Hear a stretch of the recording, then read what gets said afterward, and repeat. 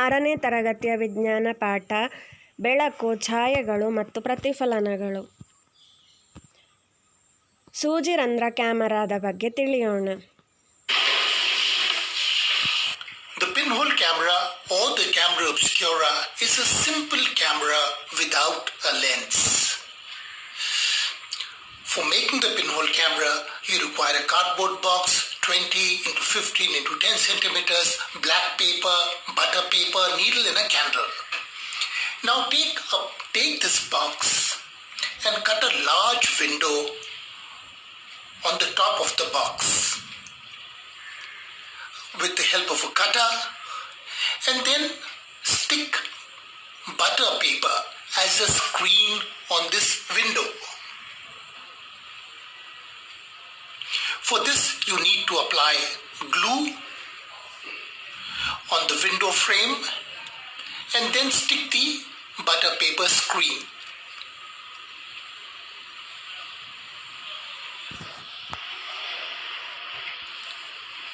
Well, then cover the rest of the box with black paper. Why black paper? Because we want this box to be totally light proof. So all the joints, all the crevices should be covered with black paper so no light can enter. Then mark the center carefully and make a small hole with a needle. Stand the box vertically and place a lighted candle away from the aperture.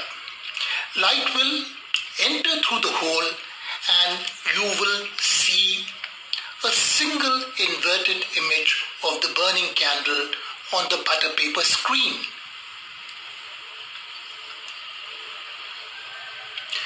The pinhole camera is a light-proof box with a single small aperture on one side.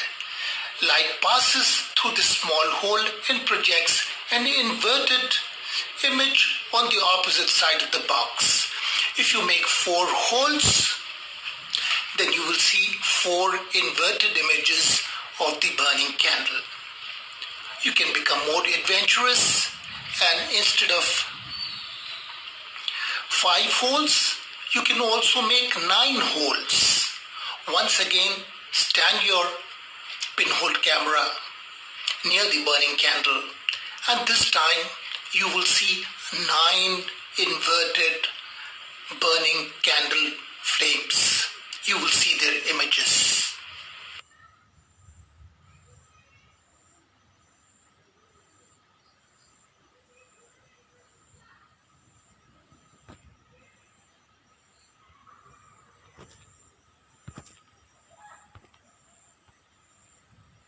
ಈಗ ನೀವು ಸೂಜಿ ರಂಧ್ರ ಕ್ಯಾಮರಾವನ್ನು ತಯಾರಿಸುವುದು ಹೇಗೆ ಎಂದು ನೋಡಿದಿರಿ. ಎಲೆಗಳನ್ನು ಹೊಂದಿರುವ ಮರದ ಕೆಳಗೆ ನಡೆಯುವಾಗ ಭೂಮಿಯ ಮೇಲೆ ಚಿಕ್ಕದಾದ ಸೂರ್ಯನ ಬೆಳಕನ್ನು ನಾವು ನೋಡಿರುತ್ತೇವೆ. ಇವುಗಳು ಸೂರ್ಯನ ಕಿರಣಗಳಿಂದ ಮೂಡಿದ ಸೂಜಿ ರಂಧ್ರಗಳಾಗಿವೆ. ಚಿತ್ರವನ್ನು ಗಮನಿಸಿ. ಪ್ರಕೃತಿಯ ಸೂಜಿ ರಂಧ್ರ ಕ್ಯಾಮರಾದ ಪರಿಣಾಮವನ್ನು ನೋಡಿ.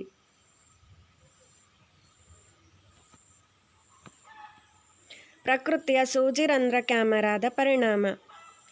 ಎಲೆಗಳ ನಡುವಿನ ಅಂತರವು ಸೂಜಿ ರಂಧ್ರಗಳಾಗಿ ಕಾರ್ಯನಿರ್ವಹಿಸುತ್ತದೆ. ಈ ಅಂತರಗಳು ಅನಿಯಮಿತ ಆಕಾರದಲ್ಲಿವೆಯಾದರೂ ನಾವು ಸೂರ್ಯನ ವೃತ್ತಾಕಾರದ ಚಿತ್ರಗಳನ್ನು ಕೆಳಗೆ ಕಾಣಬಹುದು.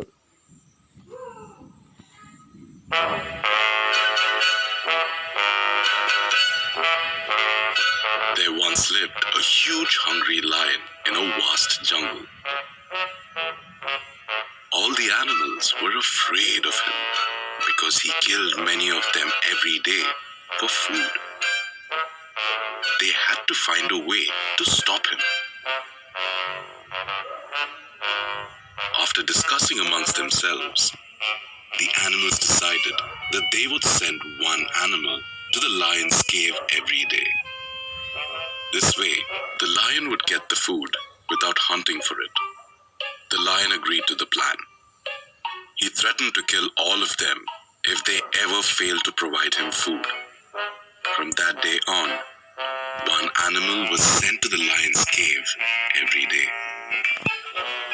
This plan seemed to work until it was the turn of the rabbits. A small, clever rabbit, when asked to go to the lion, wanted to save himself and the other animals. He made a plan. He went late on purpose.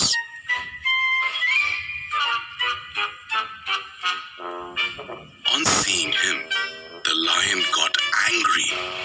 When the lion asked why the rabbit had come late, the rabbit told him that he had met another powerful lion near a well, who called himself the king of the jungle. On hearing this, the lion was angry. His roar shook the jungle. He asked the rabbit to take him to the other lion. The rabbit led the big lion into the jungle. He took him to a deep well and pointed down the well, saying that the other lion lived down there. The lion looked into the well and saw an image of another lion. He thought it was the other lion. The lion was enraged and jumped into the well to attack the other lion. He fell into the well with a loud splash and drowned. The clever rabbit returned home and retold his adventure. All the other animals were happy that their enemy was dead. ಸಿಂಹ ಮತ್ತು ಮೊಲದ ಕಥೆಯನ್ನು ಕೇಳಿದೆ. ಸಿಂಹವು ಬಾವಿಗೆ ಹಾರುವ ಮೊದಲು ಏನನ್ನು ಮಾಡಿತು? ಸಿಂಹವು ಬಾವಿಗೆ ಹಾರುವ ಮೊದಲು ಅದು ನೀರಿನಲ್ಲಿ ತನ್ನ ಪ್ರತಿಫಲನವನ್ನು ನೋಡಿತು. ನಿಮ್ಮ ಪ್ರತಿಫಲನವನ್ನು ನೋಡಲು ನೀವು ಏನನ್ನು ಬಳಸುತ್ತೀರಾ? ನಮ್ಮ ಪ್ರತಿಫಲನವನ್ನು ನೋಡಲು ನಾವು ದರ್ಪಣವನ್ನು ಬಳಸುತ್ತೇವೆ. ದರ್ಪಣಗಳು ಮತ್ತು ಪ್ರತಿಫಲನಗಳು. ಬೇರೆ ಬೇರೆ ರೀತಿಯ ದರ್ಪಣಗಳಿವೆ.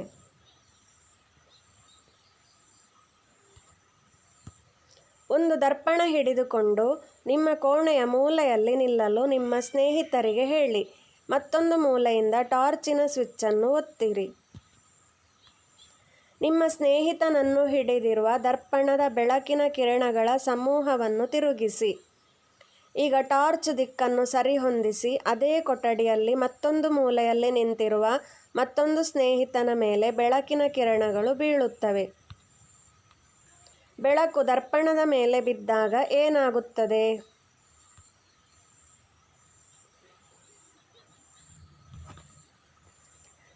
ದರ್ಪಣಗಳು ಅವುಗಳ ಮೇಲೆ ಬೀಳುವ ಬೆಳಕಿನ ದಿಕ್ಕನ್ನು ಬದಲಾಯಿಸುತ್ತವೆ. ದರ್ಪಣದ ಸ್ಥಾನವನ್ನು ಅವಲಂಬಿಸಿ ಬೆಳಕು ತನ್ನ ಪಥದ ದಿಕ್ಕನ್ನು ಬದಲಾಗಬಹುದು. ನಿಮ್ಮ ದರ್ಪಣಗಳನ್ನು ವಿವಿಧ ಕೋನದಲ್ಲಿ ಹಿಡಿದುಕೊಂಡು ವೃತ್ತಾಕಾರದಲ್ಲಿ ನಿಲ್ಲೋಣ. ದರ್ಪಣದ ಆಧಾರದ ಮೇಲೆ ಬೆಳಕಿನ ಪಥದ ಮೂಲದಿಂದ ಅಂತ್ಯದವರೆಗೆ ಊಹಿಸಲು ಪ್ರಯತ್ನಿಸೋಣ. ಟಾರ್ಚಿನ ಮೂಲ ಬೆಳಕನ್ನು ಬಳಸಿ ನಮ್ಮ ಊಹೆಯನ್ನು ಪರೀಕ್ಷಿಸೋಣ. ಬೆಳಕಿನ ಪಥದ ದಿಕ್ಕನ್ನು ನೀವು ಊಹಿಸಲು ಸಾಧ್ಯವಾಯಿತೇ? ಹಾಗಿದ್ದಲ್ಲಿ ಹೇಗೆ?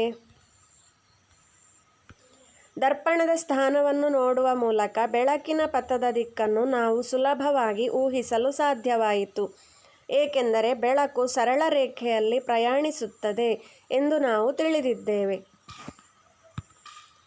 ಚಟುವಟಿಕೆ: ಒಂದು ಬಿಳಿ ಹಾಳೆಯ ಮೇಲೆ ಒಂದು ಬಾಚಣಿಗೆ ಮತ್ತು ಒಂದು ದರ್ಪಣವನ್ನು ಪರಸ್ಪರ ವಿರುದ್ಧ ಕೋನದಲ್ಲಿ ಇರಿಸಿ. ಬಾಚಣಿಗೆಯ ಮೂಲಕ ದರ್ಪಣದ ಮೇಲೆ ಟಾರ್ಚ್ ಲೈಟನ್ನು ಬಿಡಿ. ಇಲ್ಲಿ ತೋರಿಸುವ ಚಿತ್ರವನ್ನು ಹೋಲುವ ನಮೂನೆಯನ್ನು ನೀವು ಪಡೆಯುತ್ತೀರಾ ಎಂಬುದನ್ನು ಗಮನಿಸಿ. ಪ್ರತಿಫಲನ ಚಟುವಟಿಕೆ: ಒಂದು ದರ್ಪಣದ ಮುಂದೆ ನಿಲ್ಲಿ ಮತ್ತು ನಿಮ್ಮ ಎಡಗೈಯನ್ನು ಮೇಲೆತ್ತಿ. ನಿಮ್ಮ ದರ್ಪಣದ ಪ್ರತಿಫಲನದಲ್ಲಿ ನೀವು ಯಾವ ಕೈಯನ್ನು ಮೇಲೆತ್ತಿದ್ದೀರಾ? ಎಡಗೈಯ ಅಥವಾ ಬಲಗೈಯ?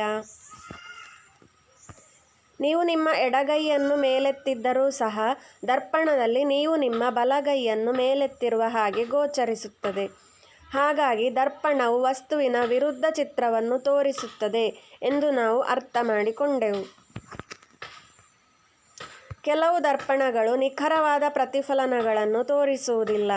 ಅವು ನಿಮ್ಮನ್ನು ಸಣ್ಣದಾಗಿ, ಚಿಕ್ಕದಾಗಿ, ದಪ್ಪವಾಗಿ, ಉದ್ದವಾಗಿ ತೋರಿಸಬಲ್ಲವು. ನೀವು ಸಂಪೂರ್ಣವಾಗಿ ಕತ್ತಲಿರುವ ಒಂದು ಕೊಠಡಿಯಲ್ಲಿದ್ದೀರಿ ಎಂದು ಊಹಿಸಿಕೊಳ್ಳಿ. ನೀವು ಒಂದು ದರ್ಪಣವನ್ನು ನಿಮ್ಮ ಮುಂದೆ ಹಿಡಿದುಕೊಂಡರೆ ದರ್ಪಣದಲ್ಲಿ ನಿಮ್ಮ ಪ್ರತಿಫಲನವನ್ನು ನೀವು ಕಾಣುತ್ತೀರಾ? ಏಕೆ ಅಥವಾ ಏಕೆ ಇಲ್ಲ?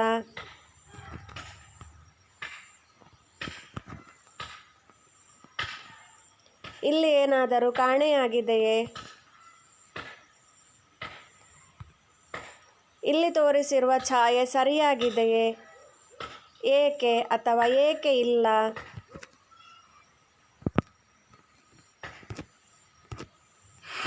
Through this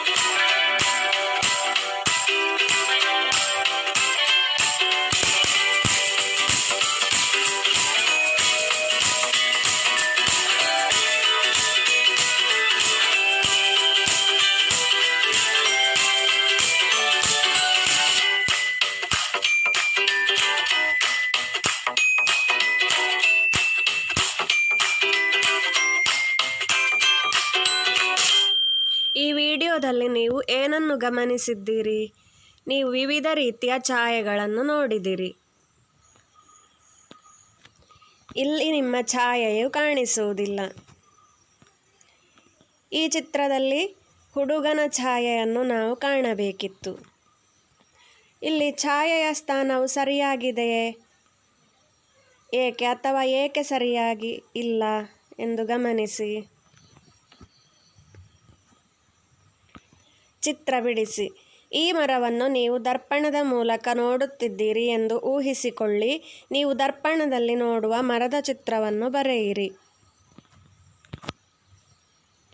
ಈ ಮರವನ್ನು ನೀವು ನೋಡಲು ಸೂಜಿರಂಧ್ರ ಕ್ಯಾಮೆರಾವನ್ನು ಬಳಸುತ್ತಿದ್ದೀರಿ ಎಂದು ಊಹಿಸಿಕೊಳ್ಳಿ. ನೀವು ಸೂಜಿರಂಧ್ರ ಕ್ಯಾಮೆರಾ ಮೂಲಕ ನೋಡುವಾಗ ಇದು ಹೇಗೆ ಕಾಣಿಸುತ್ತದೆ ಎಂದು ಚಿತ್ರ ಬಿಡಿಸಿ. ದರ್ಪಣದಲ್ಲಿ ರೂಪುಗೊಂಡ ಚಿತ್ರವನ್ನು ಗಮನಿಸಿ. ಸೂಜಿರಂಧ್ರ ಕ್ಯಾಮೆರಾದಲ್ಲಿ ಪರದೆಯ ಮೇಲೆ ರೂಪುಗೊಂಡ ಚಿತ್ರವನ್ನು ಗಮನಿಸಿ. ಸೂಜಿರಂಧ್ರ ಕ್ಯಾಮೆರಾದಲ್ಲಿ ನಾವು ತಲೆ ಕೆಳಗಾದ ಚಿತ್ರವನ್ನು ಕಾಣುತ್ತೇವೆ.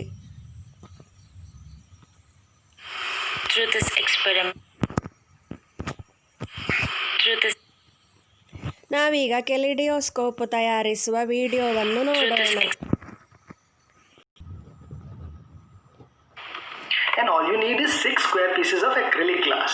This is a reflecting glass and can be safely cut by a scissor. Now take 6 square pieces of this glass, 6 inch by 6 inch. If you take smaller, your cube will be a little smaller. Cut a small corner in each of the glass and lay them like a cross as shown. The cut corners of the square should be in the same position as shown. With the mirrors facing downwards, tape the edges of the square. Tape the joint sides as shown. Stick the colored beads on the center of reflecting side of each of the 6 squares. When you arrange 2 mirrors at 90 degree, you can see 3 images. But when you have parallel mirrors as in this cube, we get infinite images. This combination leads to a fascinating world of images inside this 3D kaleidoscope, which is now ready. Now fold to make a cube and tape all the edges. If you have arranged the squares correctly, your cube will have 2 diagonally opposite open corners. One is for you to look at the images and the other one, guess, to allow the light in. Kaleidoscope is ready. You are now free to enter the amazing room full of infinite patterns and reflections. You can change the position of the beads to off center and then observe the change in patterns. So enjoy this amazing 3D kaleidoscope.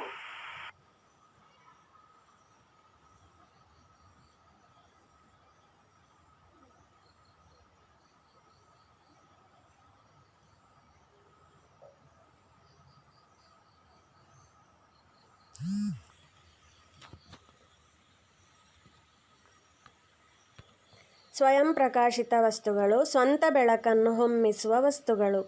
ಸ್ವಯಂ ಪ್ರಕಾಶವಲ್ಲದ ವಸ್ತುಗಳು ಸ್ವಂತ ಬೆಳಕನ್ನು ಹೊಮ್ಮಿಸಲಾರದ ವಸ್ತುಗಳು. ಬೆಳಕು ನಾವು ನೋಡಲು ಅನುಮತಿಸುತ್ತದೆ. ಅಪಾರದರ್ಶಕ ವಸ್ತುಗಳು ಬೆಳಕನ್ನು ಹಾದು ಹೋಗಲು ಅನುಮತಿಸದ ವಸ್ತುಗಳು. ನಾವು ಅಪಾರದರ್ಶಕ ವಸ್ತುಗಳ ಮೂಲಕ ನೋಡಲಾಗುವುದಿಲ್ಲ. ಅರೆಪಾರದರ್ಶಕ ವಸ್ತುಗಳು ಬೆಳಕು ಭಾಗಶಃ ಹಾದು ಹೋಗುವಂತಹ ವಸ್ತುಗಳು ಮತ್ತು ನಾವು ಅದರ ಮೂಲಕ ಭಾಗಶಃ ನೋಡಬಹುದಾಗಿದೆ. ಪಾರದರ್ಶಕ ವಸ್ತುಗಳು ಬೆಳಕನ್ನು ಸಂಪೂರ್ಣವಾಗಿ ಹಾದು ಹೋಗಲು ಅವಕಾಶ ನೀಡುವ ವಸ್ತುಗಳು. ಒಂದು ವಸ್ತುವಿನ ಮೇಲೆ ಬೆಳಕು ಬಿದ್ದಾಗ ಆ ವಸ್ತುವಿನ ಛಾಯೆ ಅದರ ವಿರುದ್ಧ ದಿಕ್ಕಿನಲ್ಲಿರುತ್ತದೆ. ಒಂದು ಛಾಯೆಯನ್ನು ನಿರ್ಮಿಸಲು ಒಂದು ಬೆಳಕಿನ ಮೂಲ, ಒಂದು ವಸ್ತು ಮತ್ತು ಒಂದು ಪರದೆಯ ಅಗತ್ಯವಿರುತ್ತದೆ. ವಸ್ತುವಿನ ಛಾಯೆ ಅದರ ಅವಕಾಶಕ್ಕೆ ಅನುಗುಣವಾಗಿರುತ್ತದೆ ಮತ್ತು ಆ ವಸ್ತುವಿನ ಬಗ್ಗೆ ಮಾಹಿತಿಯನ್ನು ನೀಡಬಹುದು. ಬೆಳಕು ಸರಳ ರೇಖೆಯಲ್ಲಿ ಚಲಿಸುತ್ತದೆ. ದರ್ಪಣಗಳು ತನ್ನ ಮೇಲೆ ಬೀಳುವ ಬೆಳಕಿನ ದಿಕ್ಕನ್ನು ಬದಲಾಯಿಸುತ್ತವೆ. ದರ್ಪಣದ ಕೋನವನ್ನು ಸರಿಹೊಂದಿಸಿ ಬೆಳಕಿನ ಪಥದ ದಿಕ್ಕನ್ನು ಸರಿಹೊಂದಿಸಬಹುದು. ದರ್ಪಣದ ಪ್ರತಿಬಿಂಬವು ವಸ್ತುವಿನ ವಿರುದ್ಧವಾಗಿ ತೋರಿಸುತ್ತದೆ. ಧನ್ಯವಾದಗಳು.